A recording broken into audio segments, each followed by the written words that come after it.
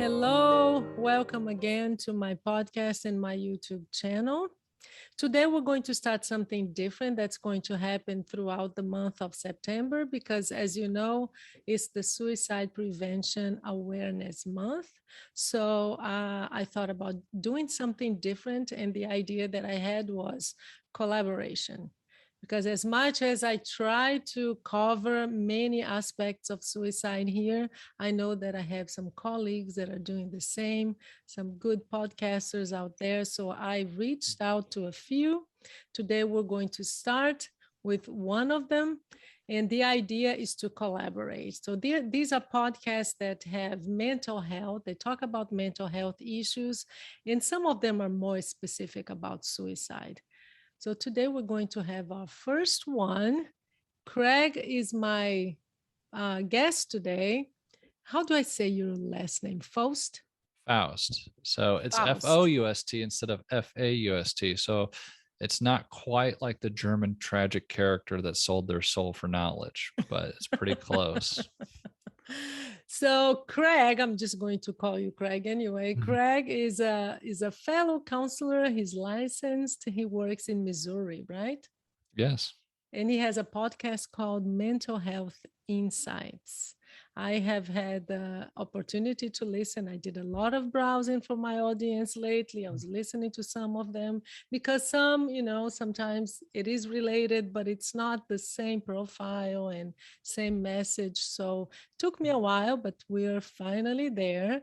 I'm so happy that you're here because his podcast is broad in a way, but the thing that really caught my attention, Greg, on yours was that, as you said, you told me, well, my idea is to break down mental health, to make it simple for just the Right. general public, right? And you really do a good job with that. I mean, you pick a topic and it's just you explain what it is and how it affects you, your behavior. I'm just going to mention a few topics All right. just so my audience understands. So one of them was I love this one, how a little drama can be therapeutic. Calming a racing mind. Who doesn't have that nowadays, right? That we know that anxiety is Right. everywhere. What goes into our identity and how to reshape it. Another one is how fear impacts mental health. Sometimes he talks, sometimes he has a guest. And I think I heard one that you actually had two guests. So it Mm. depends, right? Right. Some of the Yes, it. early podcasts I had, we almost had like a panel where there would be four of us on there. Oh, Uh, that's cool. mhm. I've only had once two people. I usually have just one-on-one. But let's talk a little bit about you. I want you to first introduce your podcast so it helps my audience to know, yeah, that's one that I would be really interested in listening. So what do you do on your podcast? What are the topics you cover? And why did you create it? So Mental Health Insights it's kind of a place where I wanted my clients to go so I didn't have to use time in session to educate them about different mental health related things. And a lot of this comes from my background. Whenever we go through school, they talk about this psychoeducation piece, Mm-hmm. talking to people and helping them understand the mental health side of things. And for me, that's something that's really near and dear to my heart. And at the same time, it's also something that feels like a waste of time for me to do in session because actually, for me to provide the psychoeducation, I actually don't usually need to be talking to my client. I could just provide them with the information. And then, of course, if they have questions or it comes up in session, I can always elaborate or go more in depth. So, this is really born out of me wanting to allow my clients to, oh, hey, like we're going to talk about affairs, or we're going to talk about Mm-hmm. depression, or we're going to talk about anxiety. I have these podcasts that are about this. Go ahead and take a listen. um, that way I could spend the time in session trying to actually address what's going on rather than explaining the mechanisms behind it. And of course, like you said, my overall goal has been to make it simple.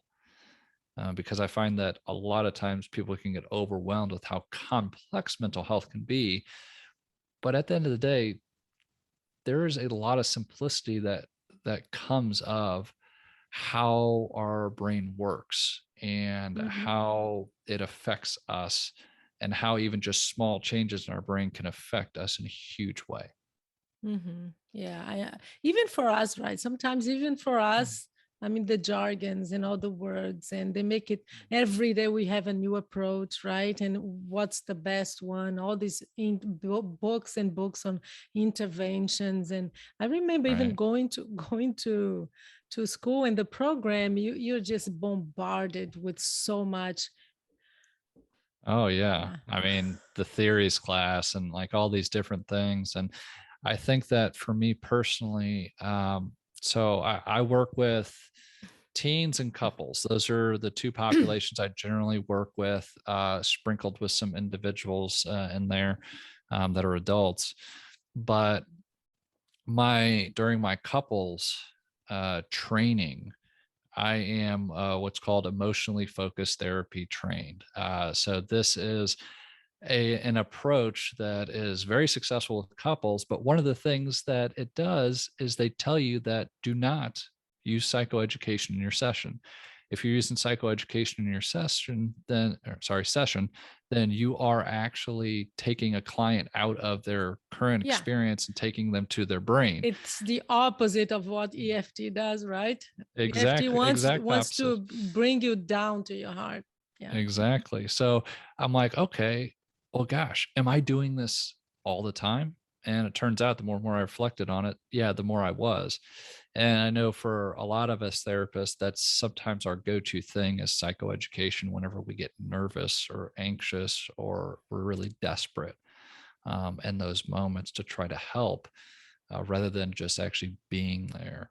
So this podcast is also my practice of taking that option off the table for me so that I wouldn't do that in session. Mhm. Craig, I want for us, we discussed this before, just so the Mm-hmm. audience knows. I mean, what would be interesting for you and what would you focus on during your interview? Because, of course, we are talking about the podcast so that they have another option, but I want them to have takeaways, right? Right. And I want to explore something that's dear to you, something that you're very comfortable with, and that's what you do. And you told me teens, right? You really Right. love working with teens. And what I observe is that I get a lot of parents asking me questions, sending me messages, and asking for specific topics. So let's talk about teen suicide and what you see in your Perfect. practice and your knowledge. What do you want to start? Do you want to talk about maybe warning signs? Is it different? Are the warning signs different Yeah. for teenagers? I think they can be. I think the first things for most parents to actually wrap their head around is that the majority of teens at some point or another are going to contemplate suicide. Whether or not it's um, in like an active thing, like they're going to do it, or if it's just like toying around with the idea of what would things be like if I wasn't here. And I like to kind of start out with parents knowing that so that like one, we want to kind of make the conversation a little less scary than it is, Mhm. because there is a certain amount of normalcy for people in general to wonder how would people in my life be if I wasn't here. And then the challenge is, of course, like as we kind of go down that road to actively like I don't want to be here, or I think it people would be better off if I wasn't here, right? So that those types of range of thoughts are very normal, and you can have someone that's very withdrawn and shut down and they're isolated from people, but you could also have someone that's actually pretty active socially, also having these types of behaviors, which is why I think that suicide can be so scary for so many, um, because it's not always a given, it's not always easy to spot. Hmm.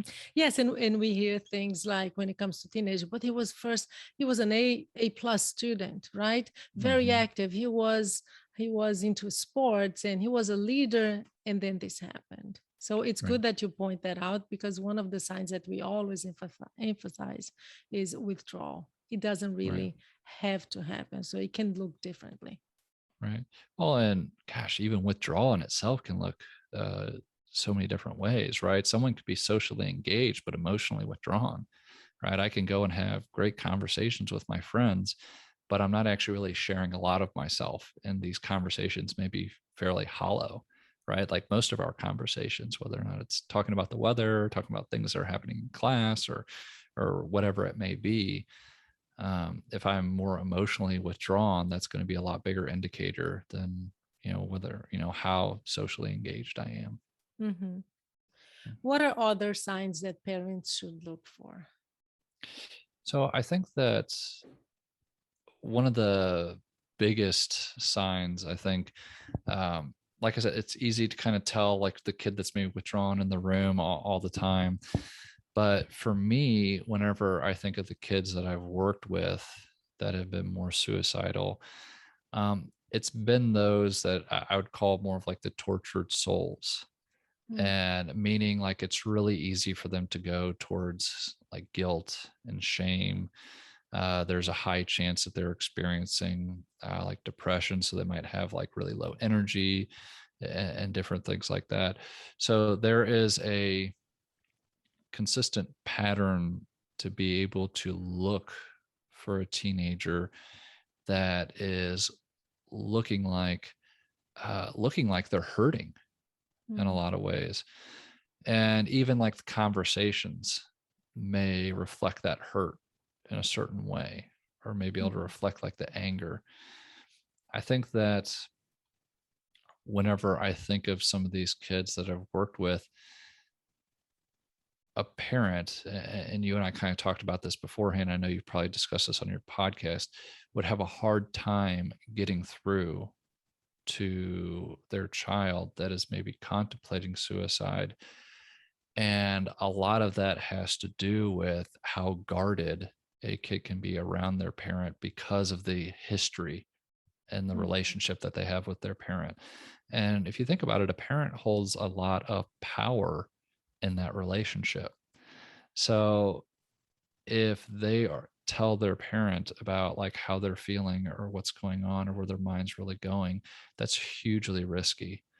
So the more and more that your child's avoiding you, the more and more they don't want to talk to you about different things that are going on, the more and more it looks like that they may actually be depressed, whether or not that's them experiencing low energy or just always having like negative thoughts about stuff or having more of like a pessimistic type of attitude. I think those are going to be huge signs, especially if they're behaving that way to their parent. Okay. Sorry, that was a And lengthy explanation. that's okay. I know how complex this can be, Mhm. but I'm just thinking about specifics here. So maybe if they're, because I remember one time a teenager telling me that he just didn't see the point. I mean, everything that you would talk to him, it was always negative. It was this he actually used the word existential angst. Like nothing made sense. There was no hope. There was no meaning in life. So is this something that could come up? Right. And gosh, if they vocalize something like that to their parent, that'd be a huge step. Um, Mm. I would have clients that would vocalize that to me in a session. But like if you're a parent and you're hearing your child say that, like, yeah, it would be a good idea to try to get them into therapy pretty quickly.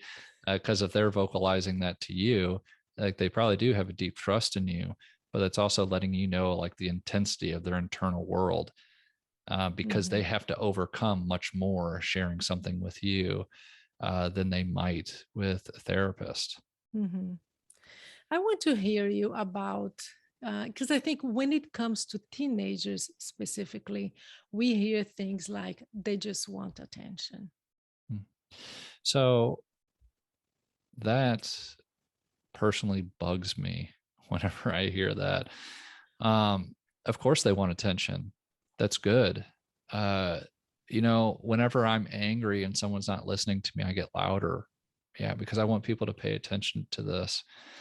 But the the kind of message behind that is that it's not real, Hmm. right? Someone's wanting attention because it's not real. And that's not the case, right? Someone that is wanting someone to notice them or recognize them, that's not a bad thing. And our society really places a high role, high value on that being a bad thing or indicative of Mm-hmm. something that I think is totally backwards, right? If you have a teenager that is seeking or is attention seeking, then it would actually behoove you to try to give them more attention and to Mm-hmm. actually try to understand what's going on and to actually empathize what's going on. Mm-hmm. I think that, like, even me being a parent, and me working with teenagers, it goes a long way to understanding them by taking me completely out of the situation. And this is something I would try to recommend for parents too, because a lot of times I think that parents feel like, well, I'm providing a good life for my child. They don't really have a lot to worry about, or my childhood was so much more difficult. Well, if you're walking into a conversation with your child like that, then you're already setting yourself up to not be able to empathize with them and not actually be able to understand what's going on. Because Mm-hmm. while that may be true, that maybe your life was more difficult from your perspective, from your child's perspective right now, it's really hard. And they really need someone to understand what they're going through, that they can actually trust and that they can actually talk to. And if you kind of let them know, or you kind of make them feel like, oh, you're just doing this for attention, you're not going to be that person. And you're actually going to end up helping them become even more isolated and pull even Yeah. further away. That's such a good point. Yeah, that what you just said, it bugs me because it bugs me too. So Oh, well, yeah. so if they're trying to get your attention, what is it gonna take, Hmm. right? Right. Well, and there are times where, I mean, you know this, that there are teenagers that will attempt suicide to actually get their parents' attention. And it might not be a true attempt, but can you imagine, like, how far some teens are willing to go to try to get their parents' attention, that's something that they would actually use. And I think that's such a low percentage, by the way, because usually Mm-hmm. by the time Awesome. that a teenager is actually going to attempt suicide, they're not doing it for a sign. That they're not doing Mm-hmm. it. They're Yeah. actually Yeah. trying. Yeah. And the thing is, like, if we are waiting until then to actually get that sign, then it's not that it's too late. It's that, I mean, we have a lot more ground to make up because we have to understand Mm-hmm. everything that has built up, to Mm-hmm. actually get them to this place now. And for a teen that has attempted to commit suicide, and maybe and they haven't been successful, so now, now we're all in an alarm phase and we're trying to figure out what's going on. uh, this is inherently a lot more risky for them to talk about what's Yeah. going on, because Mm-hmm. they didn't intend on this happening, right? They intended to be successful. Now they're having to Yeah. explain all these things that they've resolved themselves, that Yeah. no one's ever going to know about or nobody's ever going to care about. Mm-hmm. So how, let's move on to having this conversation. Hmm. How are some ways in which parents can approach their kids, respecting their privacy, respecting the age development, right? The brain Hmm. development, and knowing that they're trying to find their own identity. So this is something that's not going to be easy for them either, to talk to their parents. So what would you say to the parents? I mean, how can All you right. approach them? So this is just my opinion, Paula. I don't know if this is right. Um, I think it's easier nowadays than ever, actually, to step into your teenager's world. I mean, people have social media profiles where they have songs they like, they have movies they like, they have all this stuff that they like. Things that your teenager maybe likes to do for fun, or anything like that. You, as a parent, your job, if you want to become closer to your teen, is actually to step into their world, not to drag them into yours. There are certain times where we want our teen to be more aware of the reality of the world. But if you're trying to actually get closer to them, it's going to be you going to them, not you dragging them to you. Right. So whether or not that's listening to some of their music with them, to talk with them about it, watching a movie that they enjoy, to talk with them about it, doing an activity that they like to do, to actually be able to spend that time with them. Even if you have a teen that is the only thing they like to do is sit on their bed in their room on their phone, okay, then invest some of that time to sit in there with them. And if you guys Mhm. sit in silence, that's okay, right? It's Mhm. about you actually taking some time to try to understand what's going on. And if your teen doesn't want to talk about anything serious, then that's okay, right? You can still talk about the music. You talk about the activity you guys are doing. You could talk about nothing. It's just you going into their world a little bit. Because here's the thing, if you go and you ask your teen just right out the gates about suicide, they're going to tell you everything is fine. And you might not really get a lot of information. And the risk in them telling you right out the gates that something is wrong is going to be so much higher than if they feel like you're actually seeking to try to connect and understand with them. Mhm. So start slowly. Is that what you're saying? Let me sit down Yeah. with them and see if you pick up something. Right. I mean, it starts today, right? Whether or Yeah. not you're you feel like your teenager is suicidal or not, this is something that you want to do on an ongoing basis. So like if they Mhm. do become suicidal, that you actually have that opportunity to have those kinds of Mhm. conversations, right? Because if you're a parent that maybe isn't as close with your teen, then yeah, you may have to do work on this foreground to be able to connect with them and talk with them. I can't tell you how many parents they get upset that their kids like video games or something. And I'm like, that's great. Sit in there while they're playing video games, talk with them about it. Like try to understand things are going on because that is a gateway into their world. Mhm. And you understanding and connecting a little bit on that will allow you to have that doorway to having tougher conversations, or Mhm. even give the doorway that your teenager could walk through to have those conversations with you. Because if they feel Mhm. close enough and safe enough, then they might actually do that. Mhm. What if they already verbalize? If they say, "Well, I want to die," even if it's like uh, passive signs, right? Mhm. I wish I didn't wake up tomorrow. Oh, this life is not worth living, or there's no point in living. Or if they verbalize something that indicates that they're thinking about Okay. suicide. Yeah. So first things first, that's awesome that they felt comfortable enough to tell you that. Right. That's a big deal.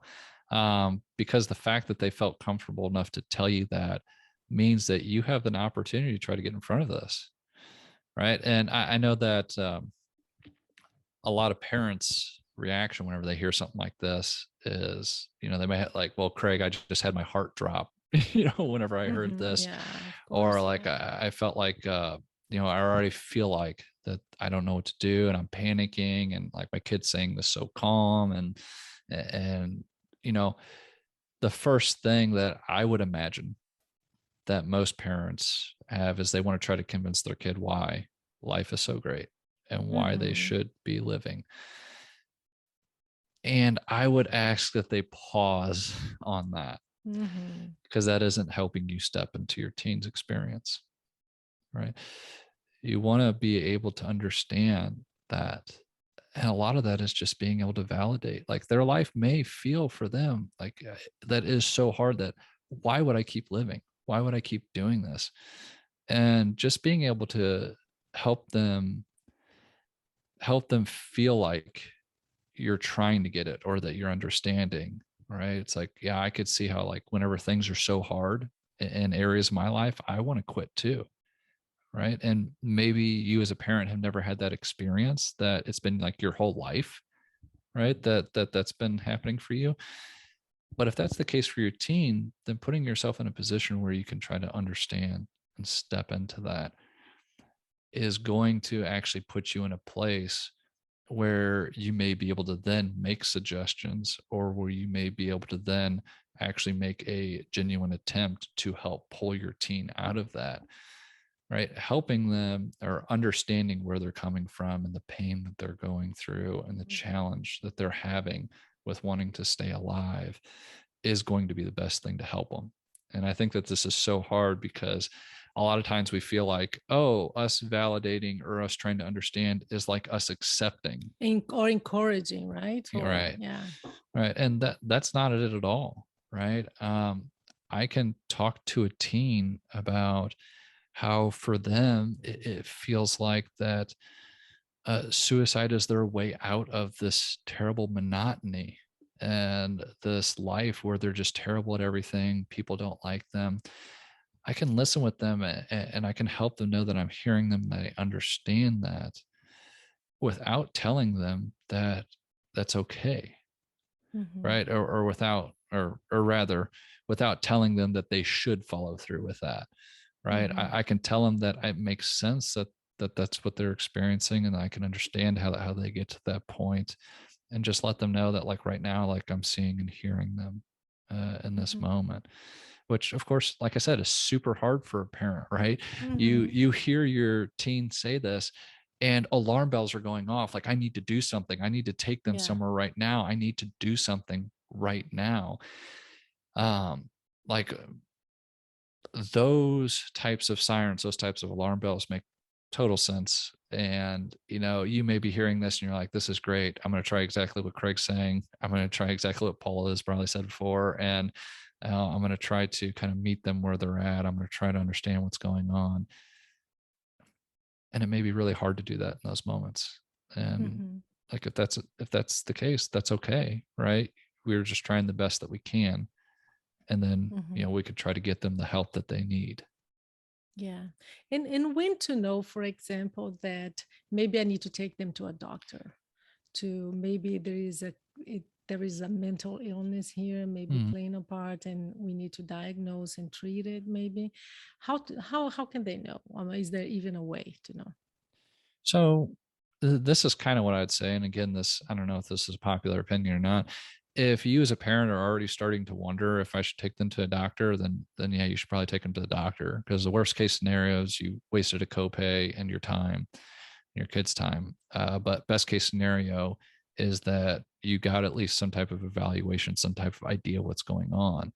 Because the truth is that your teen could be experiencing some depression.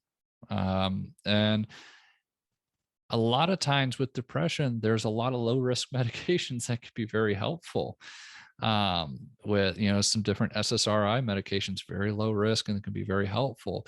There are different anxiety disorders that we have medication that can be helpful with that, or even a doctor may recommend going to see a counselor, different things. Or that this is the best case scenarios. I can't tell you how many times that a parent has taken their kid to the doctor and they felt comfortable enough with the doctor to tell them about what's going on. So then the doctor can make an appropriate referral. So I would say that if a parent is wondering that, it's probably a good idea just to do it, right? Mhm. Because I think that it's really easy for people to see um, our medical community as people that may push different medications and different things like that. Mhm. That may be the case, but to be honest, I've never met a psychiatrist that has pushed medications on somebody. They've recommended you take medications, and if they don't take it, they don't take it. um, but like I said, I think that's kind of a negative connotation that we may have with medical professionals. But they having more eyes and ears on something that you as a parent are already having alarm bells about is always going to be beneficial. Mhm. Something else, and we know that teenagers are very well. We all are, but they're very Mhm. conscious about their privacy, Mhm. especially when it comes to parents. So, how can parents navigate that? For example, should they involve friends? Should they involve other family members? Should they ask for consent? How can they navigate that? Mm. That's a really tough question. I would say that hopefully you as a parent try your best to know the friends that your teen is around, because if you have some type of relationship with them, then there's a good chance that the friends are going to be more likely to contact you if anything's out of the ordinary. Most of the clients that I get referred to are because parents found out about what was going on because a friend told them. Well, that wouldn't have happened if the parents did not invest in some type of relationship with, that friend, whether or Mhm. not it's just getting to know them, or it's just like, stepping in and visiting or something like that whenever they're there, or anything like that. That's low hanging fruit and always a good opportunity. I think as far as consent, I would say that, I would say a lot of it depends on the age of the teen that we're talking. Obviously, as they get older, we need to be able to give them more room and more space.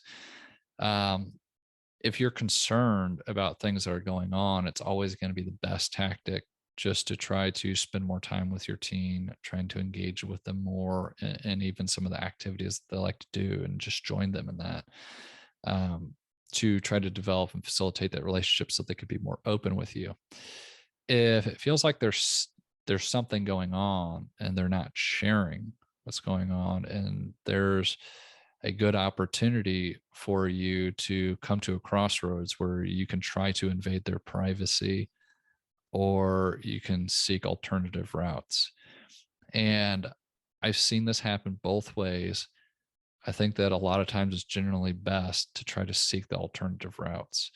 If a kid has a phone, it's really easy to call up the phone company and get, transcripts of their text messages, or whatever it is like that. The problem is, if your child knows that, they're just going to find other apps, or they're going to find other means of Mhm. communicating that you're not going to be able to, and you'll be playing a lot of cat and mouse games. So being able to develop a safe relationship that your teen can come to you is always going to be the best bet. And being able to develop a good relationship with their friends so that they'll feel comfortable and letting you know if something's going on is always going to be a good bet too.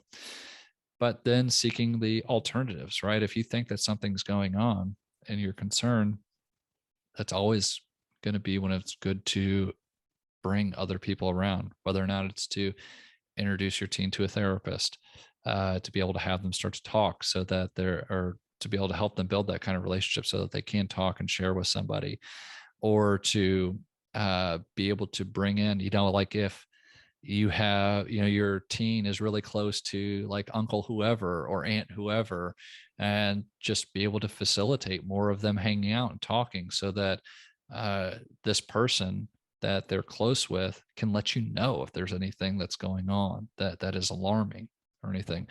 You have to be creative sometimes, because the truth is that if you break into their privacy and you're trying to figure out what's going on, how are you going to bring that conversation up in a way that is going to be, conducive to a good Mhm. outcome? You're not.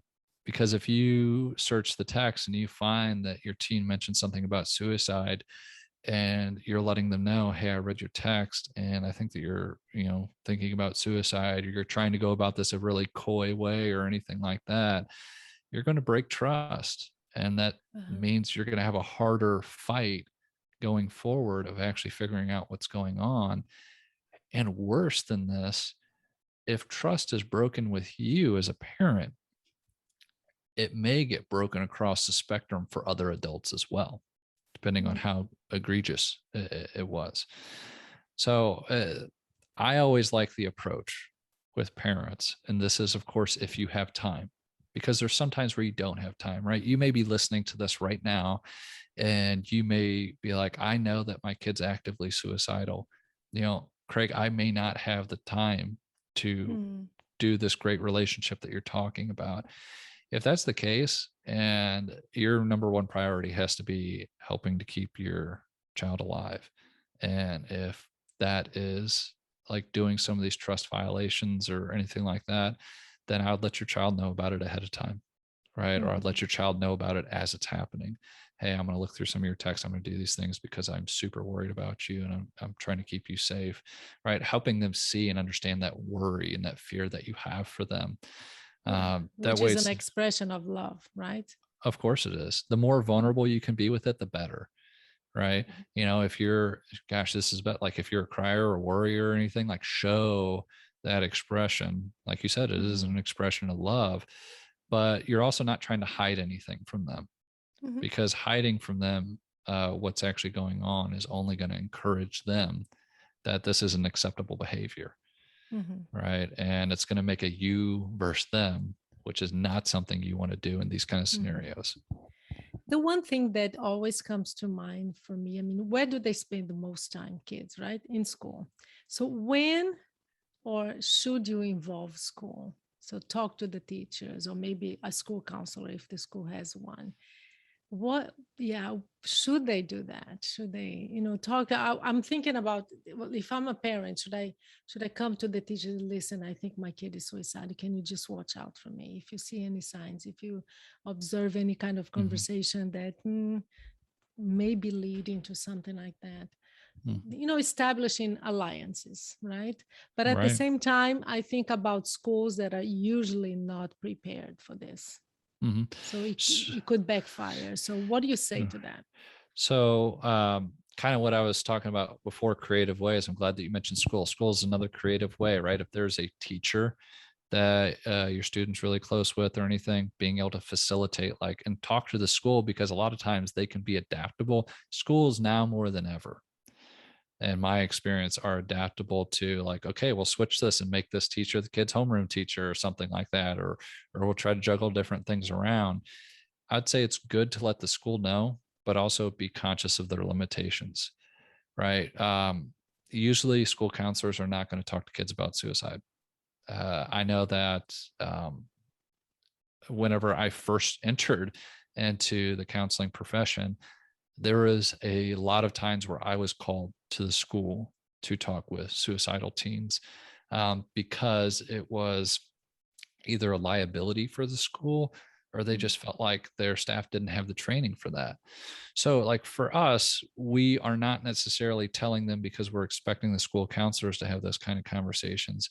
We're telling them because we want the school counselors to be able to use kind of like their network of knowing different kids and knowing different teachers, to be able to have an extra set of eyes and ears so that they can let us know if things are going on. So I'd say it's good to involve the school. And again, let your teacher, let your teen know, right? This isn't some covert operation or anything where you're Mm-hmm. trying to milk information or anything like that.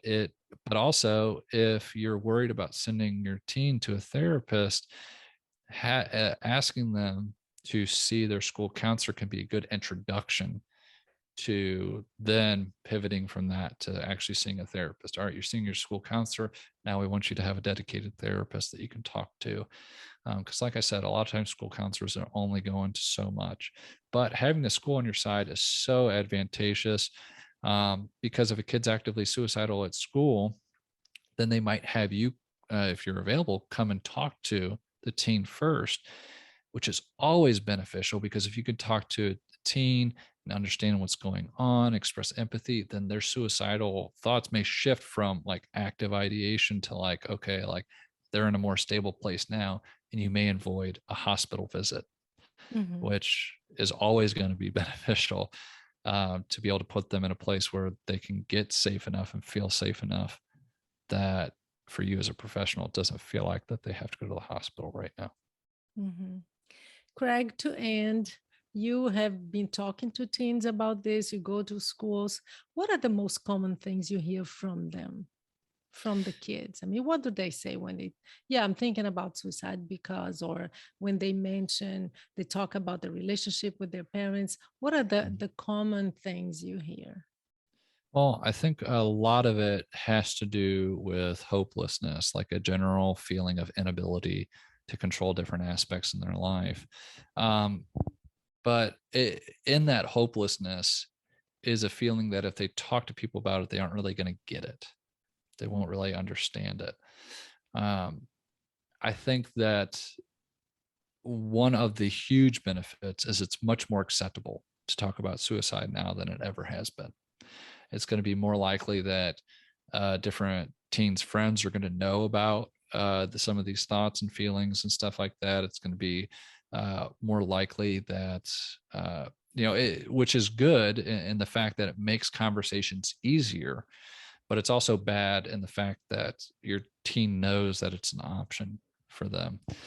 So to kind of get back to your question, this general sense of hopelessness, like they can't control or change much in their life.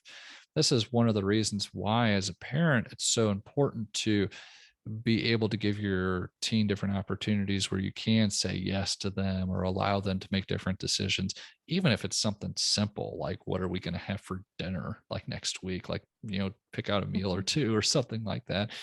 Being able to know that they can have some type of influence on their life is the thing that's going to be huge.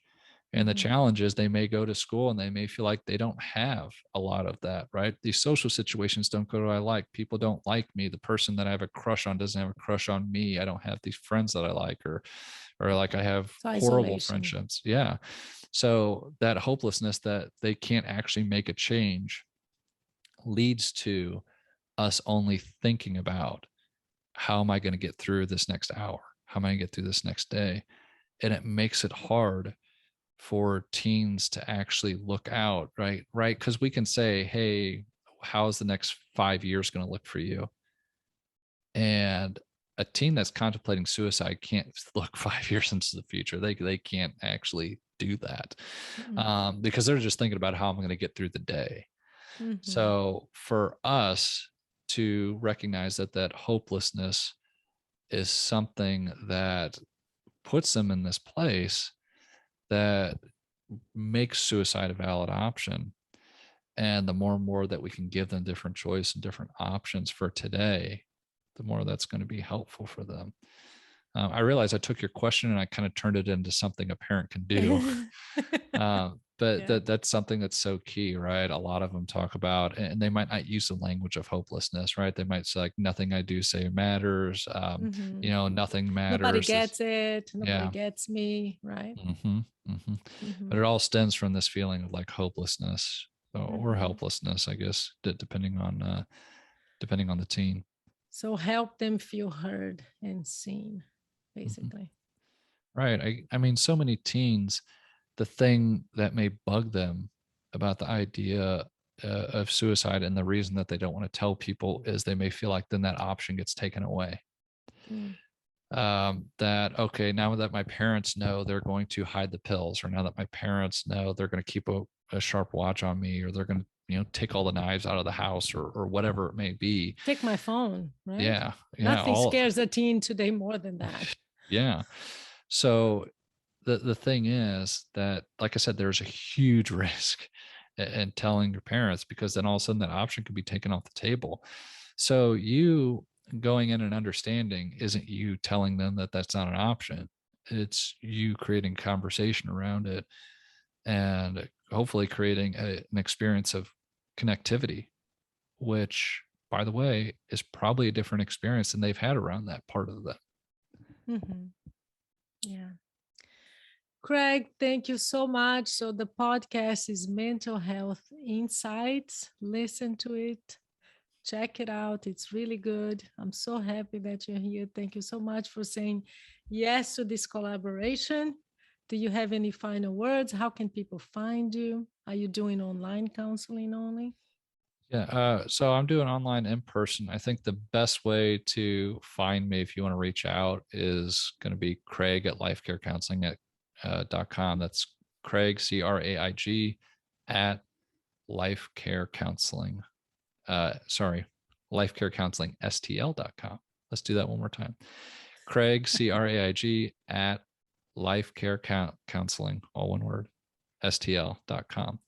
And that's my email. And you can email me anything that you may want, whether or not it's questions, or I even tell people they can always email me different suggestions for different podcast Yeah. episodes for Mental Health Insights. Because, like I said, that's what it's for, is to break it down and make it simple.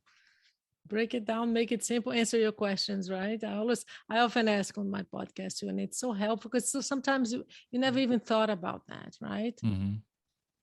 Thank you Definitely. so much. Have a good day. Thank you.